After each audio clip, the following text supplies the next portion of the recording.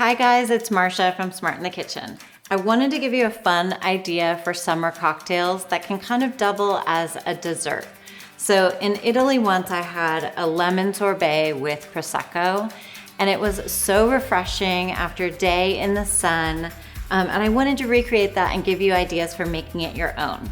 So this is a raspberry sorbet and a mango sorbet. You could also definitely do a lemon, and then just top it off with some sparkling wine. It could be Prosecco, champagne, whatever. This is a sparkling wine from Oregon.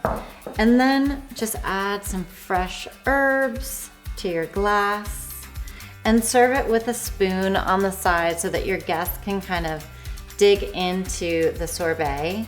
But it's delicious, it flavors your sparkling wine. And if you didn't want to do a big dessert for a dinner party, you could just hand out these on a tray and let everyone pick their own flavor. So that's it. I hope you guys have fun with this and happy cocktailing.